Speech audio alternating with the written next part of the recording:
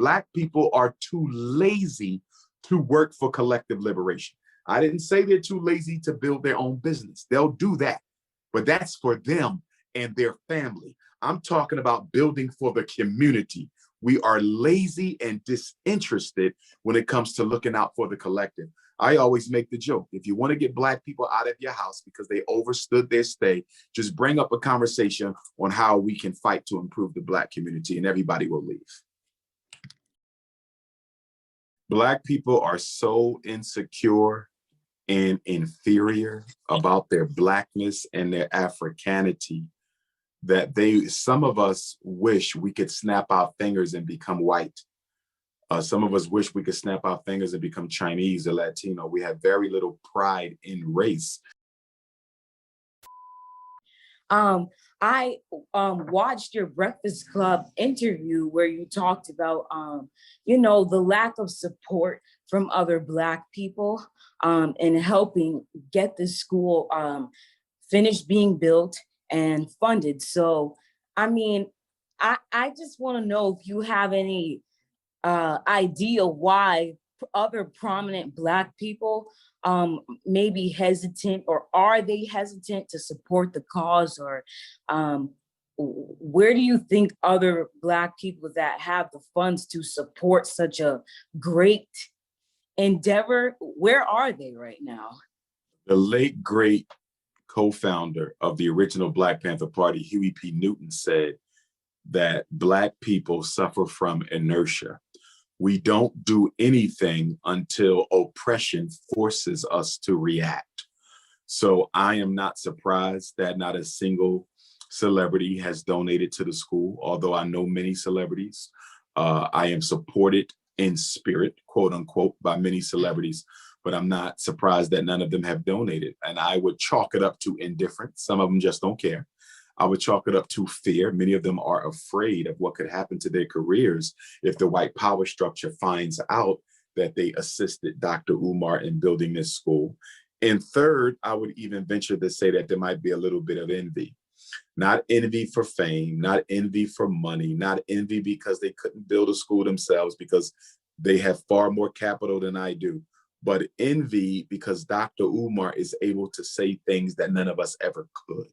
Dr. Umar has a free tongue, and here we are as multimillionaires and billionaires, and we're afraid to act, and we're afraid to think, and we're afraid to say, and we're afraid to do. So I would even argue that there might be some mild envy from the celebrity class who envy the fact that this scholar, traditionally trained scholar, is so unapologetic in his approach. And it probably makes some of them rethink how they've dedicated their life to turning their backs on their people to get paid by white folks. And I think when they see me, when they hear me, I might cause many of them to think about the life path they've chosen. Not that they would not have become entertainers, but they may not have compromised their political integrity and their voice the way that they have just to get rich. Because when we all die, that money's not coming.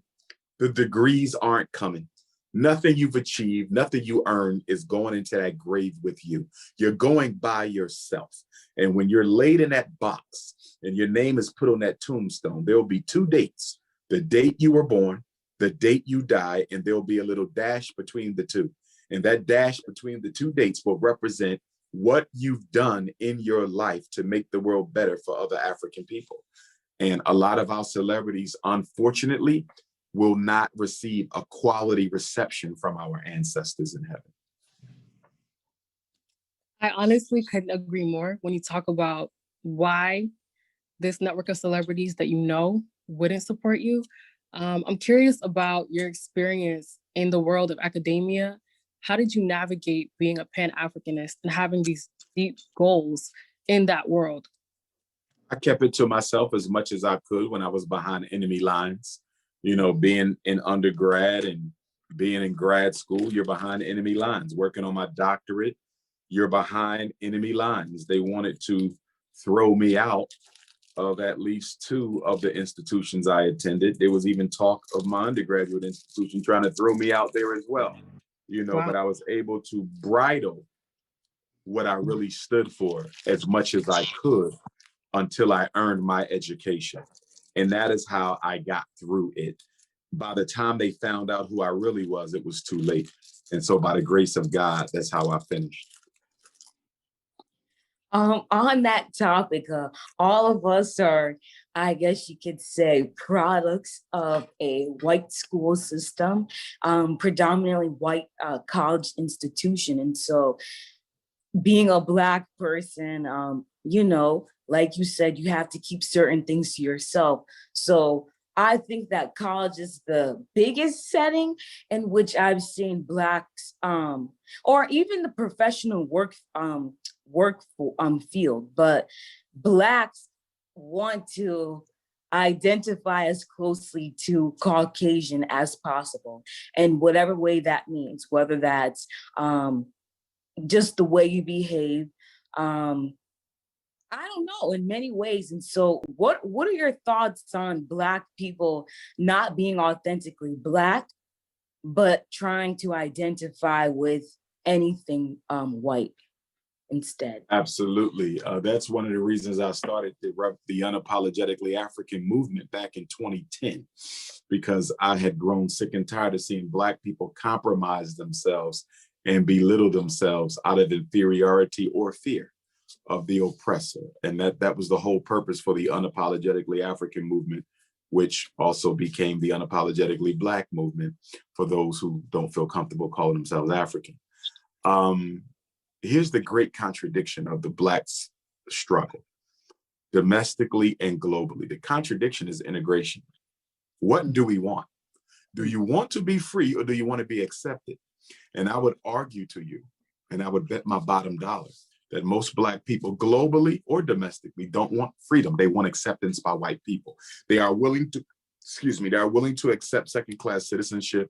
They're willing to accept mistreatment. They are willing to have their children miseducated. They're willing to have their men mass incarcerated. They are willing to pay the price of second-class citizenship to be accepted by white people. And that's why there has to be an intellectual civil war in the Black community so we can sort people out. Because we have this bad tendency of putting anybody who wants change in the same box. But what type of change do you want? Many of us just want to be accepted by white people, you understand? We just want to get a white wife and live in a white suburb, and we want white people to accept us. I'm not fighting for that. You understand? That's not my purpose in life. I'm fighting for the right to control my own destiny. I'm not fighting for the right to participate in someone else's. And Black people need to understand that you will only be allowed to participate in white society to the extent that you will accept second-class citizenship. Equality is a curse in white culture. Equality is a contradiction of white supremacy. How can I be about white supremacy and allow Black people the same opportunities? How can I be about white supremacy and allow Black people the same opportunity to economic empowerment? White supremacy demands Black oppression, you understand? And so that's why, for me, it's all about independence. It's not about integration. And when I meet people, I'm trying to find out where they stand on that dichotomy. Are you for independence or are you for integration? If you're for integration, I wish you well, but I'm not interested in integrating with my enemy. I'm interested in creating my own reality. And then people say, well, how can you do that? This is America. Well, Chinese don't have a problem doing it. They're here. Mexicans don't have a problem doing it. They're here. European Jews don't have a problem doing it. They're here.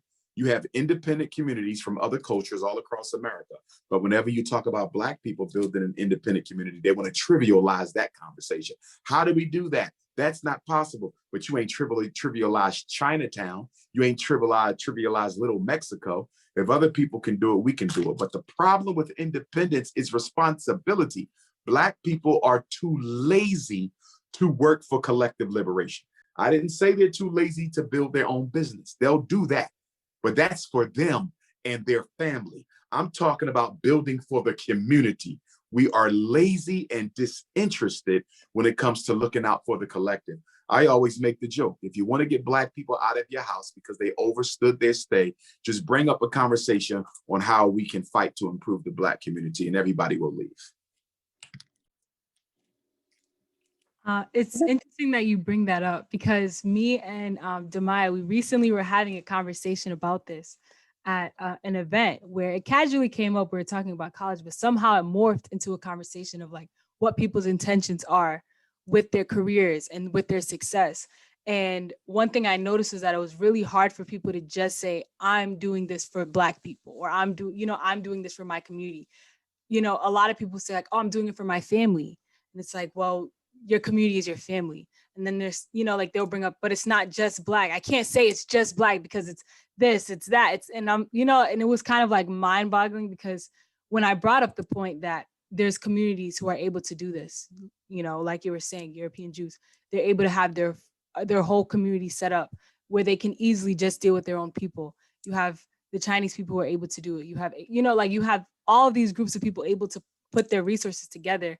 And then you have a conversation with someone like yourself, and you sound radical for saying something like this. So I just wanted to point out that it's actually crazy that these conversations happen, because when you think about it, just Black and white, it just makes sense. You have oppressed people. How do you help each other? Like, you would think it would be that simple, but it's not. Absolutely. Black people are so insecure and inferior about their Blackness and their Africanity that some of us wish we could snap our fingers and become white. Some of us wish we could snap our fingers and become Chinese or Latino. We have very little pride in race. And one of the most effective tactics of the enemy used against African people was taking away our culture and replacing it with religion. That was a very effective strategy of division, because by taking away culture, which brings about organization and solidarity, they gave us religion. And they gave us the religion in a manner in which they forced it upon us. And so we practice our religions the same way that the religions were brought to us, and that is through imposition. Islam was imposed on Black people. Christianity was imposed on Black people. And so we try to impose it on one another. Nothing's wrong with Islam. Nothing's wrong with Christianity. I was raised in both religions and I respect them both, but I've always taken issue with the manner in which those religions introduce themselves to other people by telling them that if you're not a Muslim, you won't go to heaven. You see, if you're not a Christian, you won't go to heaven, or that Muslims are more important to Muslims than Black people, and Christians are more important to Christians than Black people, and saying things like a Christian is more of your brother than your own blood flesh.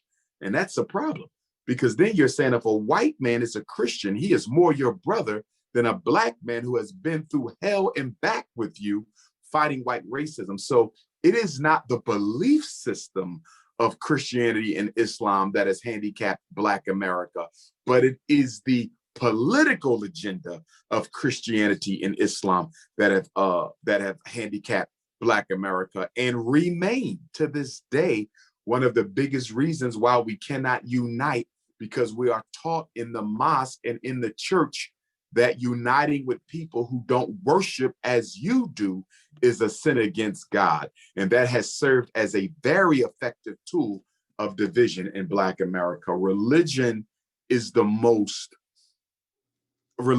been the greatest supporter of Black oppression in America.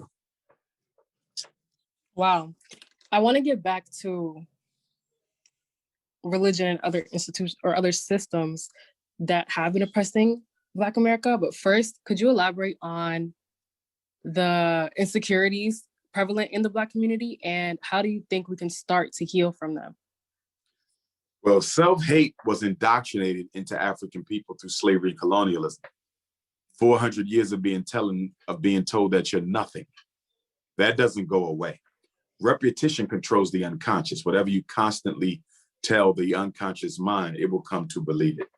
So the only way you're going to heal that is you have to teach the children and train future generations in Black excellence. You have to teach them about the greatness and grandeur of the African mind. If you don't do that, you'll never undo the menticide. And one of the reasons why we haven't been able to undo self-hate in Black America and throughout the African world is because most of our children still taught by white folks or on a white curriculum. So how are you going to free Black children from the shackles of psychological slavery when you still send your children to the very same people who enslaved you to get an education. It is impossible. One of the greatest contradictions of Black pride and Black power is the fact that most Black children in the world, globally, most African children are either taught by white people or taught by way of a white curriculum. That is absolutely insane. It is preposterous. It is disrespectful. And it is a contradiction of the liberation struggle, which is why building a school for me is so critically important. Now we got Chinese police stations in Africa. What Africa need with a Chinese police station? You got the Chinese building schools for African folks. So we just went through 100 years of the white man. Now we're about to go through 200 years of the Chinese man. When will we learn? We are the chumps of the whole world. Nobody respects us and nobody takes us seriously because we don't respect ourselves and take ourselves seriously.